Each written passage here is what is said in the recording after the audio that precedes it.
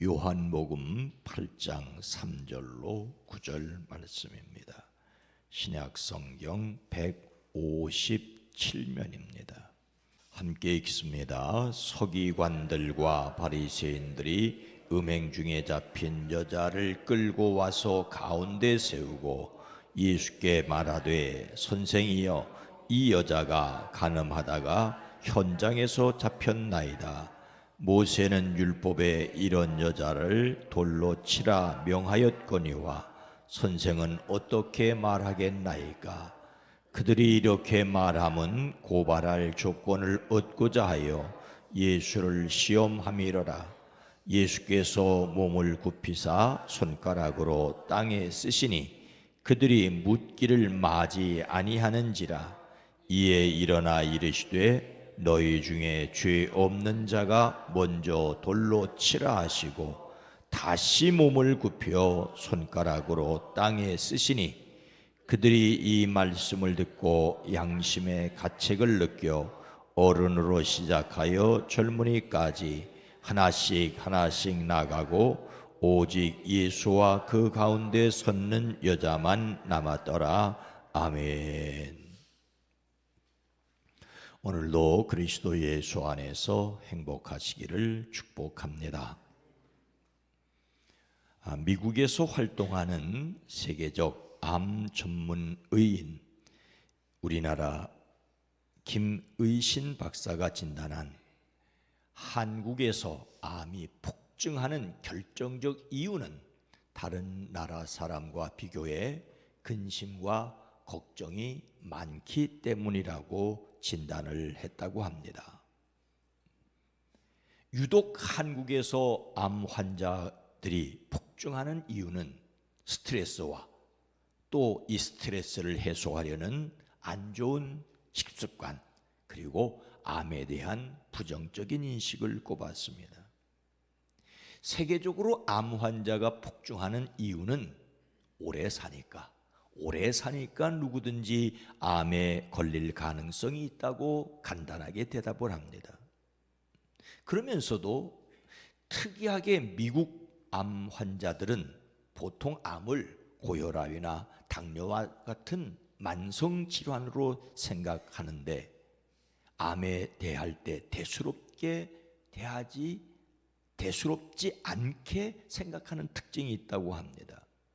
반면 우리나라 사람은 자기만 암에 걸린 것처럼 생각하고 사형 선고를 받은 것처럼 느끼는 지나친 부정적인 생각을 가지고 있다고 판단을 합니다.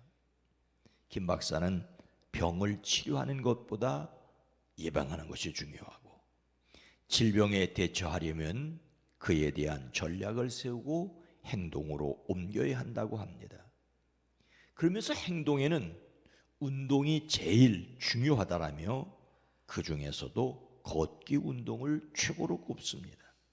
특히 나이 든 사람에게 걷기가 좋다라고 했습니다. 또 병에 걸리지 않고 행복하게 살기 위해서는 작은 일에 감사하는 마음과 생각을 습관화해야 한다고 조언을 합니다.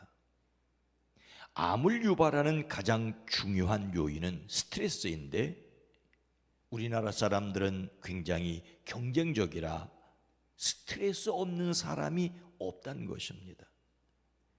그리고 또 그 스트레스를 풀기 위해 담배를 피워대고 소주를 먹고 삼겹살을 먹는데 오히려 악화시킨다고 지적을 합니다.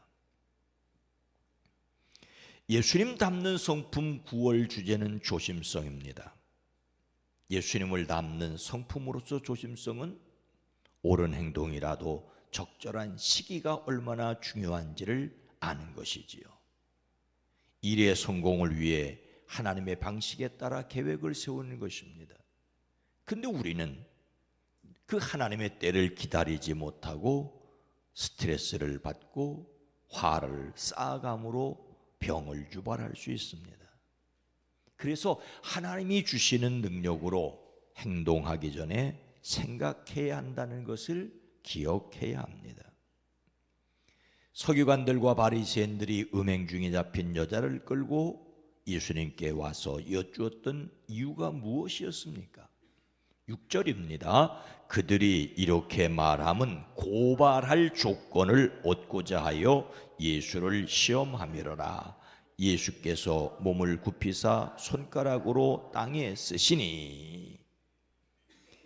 예수님께서 이른 아침에 다시 성전에 가셨을 때였습니다. 많은 사람들이 모였지요. 예수님께서 앉아서 그들을 가르치셨습니다. 그 당시 랍비들은 반드시 앉아서, 저처럼 이렇게 서서 말하는 것이 아니라 앉아서 가르치는 것이 통례였습니다. 그때 예수님을 시험하기 위해 찾아온 사람들이 있었습니다. 그들은 서기관, 즉 율법학자들과 바리새인들이었습니다. 서기관들은 율법에 정통하였다고 스스로 생각하는 사람들이었죠. 더욱이 바리새인들은 자신들이 그 율법을 가장 잘 지키고 있다고 자랑스럽게 여기는 사람들이었습니다. 율법학자와 바리새파 사람들은 제사장들과 함께 그 시대를 대표하는 지성인들이었습니다. 그들은 점잖게 예수님을 선생님이라고 부릅니다. 그리고는 자신들이 끌고 온 여인을 가운데 세워놓고 고발을 합니다.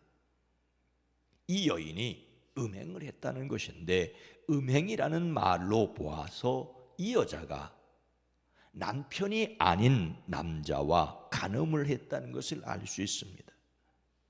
더욱이 현장에서 잡혔다고 말합니다. 그러면 그 남자는 어디 가고 여자만 그들의 손에 끌려왔단 말입니까? 그들의 말에 문제가 있음을 알 수 있습니다. 그들은 예수님을 고발할 조건을 찾기 위해 한 여인을 데려와 의견을 묻습니다. 예수님이 만일 그 여자를 돌로 치라 하시면 로마 정권에 거슬리게 됩니다. 로마는 유대 민간에게 사형 집행권을 허락하지 않았기 때문이었습니다. 반대로 여자를 돌로 치지 말라 하시면 모세의 율법을 거스르는 자로 정죄할 수 있습니다. 율법은 간음하면 그 간부와 음부를 반드시 죽일지니라고 레위기 20장에 규정하고 있기 때문이죠. 이렇게 해도 문제고 저렇게 해도 문제인 상황으로 예수님을 궁지에 빠뜨리려고 시험하고 있습니다. 모세의 법대로 하라면 로마 법에 걸리고, 모세의 법대로 하지 말라면 율법에 걸리게 되어 있습니다. 그들은 틀림없이 예수님을 궁지에 빠뜨렸다고 생각하였습니다. 고발하기 위해 문제를 가지고 온 사람들 앞에서 예수님께서 말없이 글씨를 쓰시는데 그 이유가 무엇이었을까요? 9절 말씀입니다. 그들이 이 말씀을 듣고 양심의 가책을 느껴 어른으로 시작하여 젊은이까지 하나씩 하나씩 나가고 오직 예수와 그 가운데 섰는 여자만 남았더라. 예수님은 대답을 서두르지 않고 몸을 굽혀 손가락으로 땅에 무엇이라고 쓰셨습니다. 무엇이라고 쓰셨는지 그 내용은 우리가 알 수가 없습니다. 다만 여기에서 조심성이라는 차원으로 생각하기에 예수님은 대답하기 전에 먼저 잠시 시간을 가지셨습니다. 하지만 그들은 기다리지 못하고 재촉을 합니다. 그들의 생각으로는 모세의 법으로 하여 로마법에 걸리게 하든지 모세의 법대로 하지 말라고 하였다고 해서 산헤드린 공회에 걸리게 하든지 둘 중에 하나였습니다.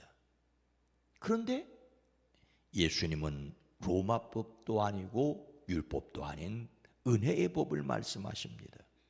너희 가운데 죄가 없는 사람이 먼저 이 여자에게 돌을 던져라. 인간의 근본적인 문제인 죄를 거론하십니다. 그리고는 다시 몸을 굽히셨습니다. 예수님께서 처음에 글씨 쓰신 것은 대답하기 전에 예수님이 잠시 시간을 가지신 것으로 볼 수도 있습니다. 근데 두 번째로 글씨를 쓰신 것은 그들에게 생각할 시간을 주신 것입니다. 그들은 어떻게 되었습니까? 그들은 양심의 가책을 느껴 하나씩 돌아갔습니다. 예수님이 땅에 글씨를 쓰시는 동안 그들은 생각하였습니다. 스스로 잘못을 발견하였습니다. 예수님은 말씀하시기 전에 먼저 시간을 가지셨습니다. 사람들에게 행동하기 전에 생각할 수 있는 시간을 주셨습니다. 아직 그들에게는 생각할 마음이 있었습니다.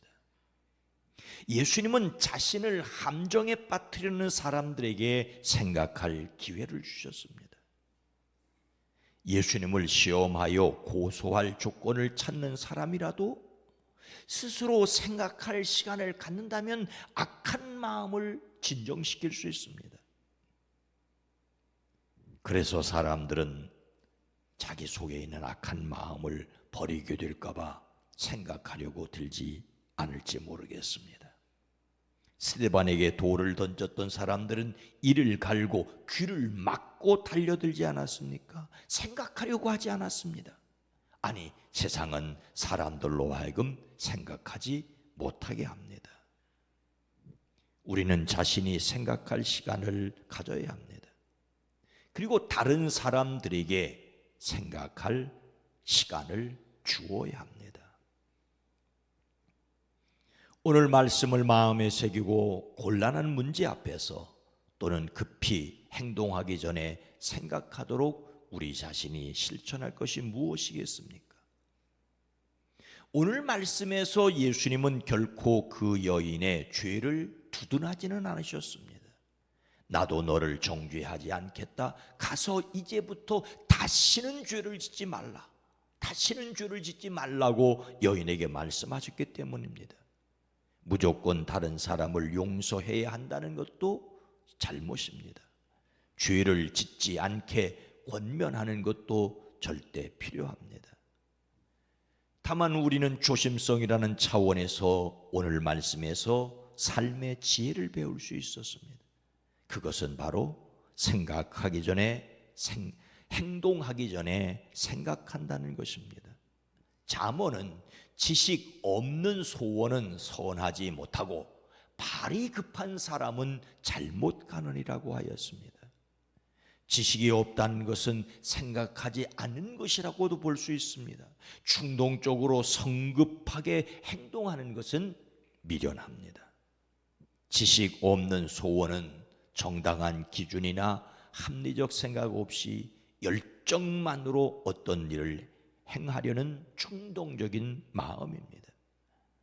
어떤 일을 급하게 완성하려는 성급한 마음 상태는 결국 잘못된 길로 갈 수 있게 됩니다. 이런 사람을 오늘 말씀은 발이 급한 사람이라고 합니다. 행동을 빨리 하도록 재촉하고 강요하니 시키는 사람도 스트레스를 받고 그 말에 따르려는 사람도 스트레스를 받습니다. 우리나라는 빨리빨리 문화가 자리를 잡았지요. 언젠가 외국에 나갔더니 그 외국에서 식당에서 서빙하는 사람들이 우리에게 빨리빨리라고 물어요. 빨리빨리. 그래서 빨리빨리 먹고 빨리빨리 구경은 할 수 있었지만 빨리빨리 하다 보니 발전도 이루긴 했지만 우리나라 사람들은 일반적으로 행복하지 못하다라고 말하고 있습니다. 물론 생각까지 해야 된다면 더 스트레스를 받지 않겠느냐라고 말씀하시는 분이 있을 수 있습니다. 여유를 가져야 합니다. 생각이 아니라 여유를 가져야 합니다. 오늘 하루도 어떤 행동에 앞서서 스스로 다독일 수 있는 여유, 우리의 기도하는 시간을 잠깐이라도 갖는 것, 찬송 한마디라도 할 수 있는 것은 어쩌면 행동하기 전에 생각하는 여유라고 할 수가 있습니다. 저와 여러분의 삶에 여유가 있으시기를 주의 이름으로 축복합니다. 하나님 아버지, 한 번만 더 생각했더라면 그런 실수를 하지 않았을 터인데 생각 없이 소위 흔히 하는 말로 내지르다 돌이킬 수 없는 실수를 할 수 있게 됩니다. 주님, 어떤 일이든지 잠깐이라도 느헤미야처럼 하늘을 우러러 목도할 수, 기도할 수 있게 하시고, 정말로 생각할 여유가 없다면 성경 구절 한마디라도 기억할 수 있는, 찬송가 한 절이라도 부를 수 있는 여유가, 시간이 우리들에게 있어지게 하옵소서. 주님, 우리는 빨리빨리 문화 속에서 발전도 이루었지만 그 발전한 만큼 행복을 누리지 못한다는 이야기를 듣습니다. 주님, 우리에게 하나님을 생각함으로, 하나님의 뜻을 생각함으로 여유롭게 하시고 행복하게 하옵소서. 이제 명절 연휴가 시작되었습니다. 오고 가는 발걸음들 편안하게 하시고 안전하게 하시고, 행여 오래간만에 만난 사람들에게 쉽게 마음속에 있던 쌓였던 이야기를 함부로 해서 말을 한 사람도 말을 듣는 사람도 상처받지 않게 하옵소서. 한번 참고 이야기하고 한번 생각하고 말할 수 있는 여유가 우리 모두에게 있어지고 만남이 복이 되어지게 하옵소서. 오늘 한 날도 복되게 하옵소서. 예수님의 이름으로 간절히 기도드리옵나이다. 아멘. 오늘 말씀을 생각하며 행동하기 전에 생각하게 하옵소서. 예수님 안에서 행복한 교회, 그리고 이 세상이 생각함으로써 여유롭게 되기를 위해서 기도합니다.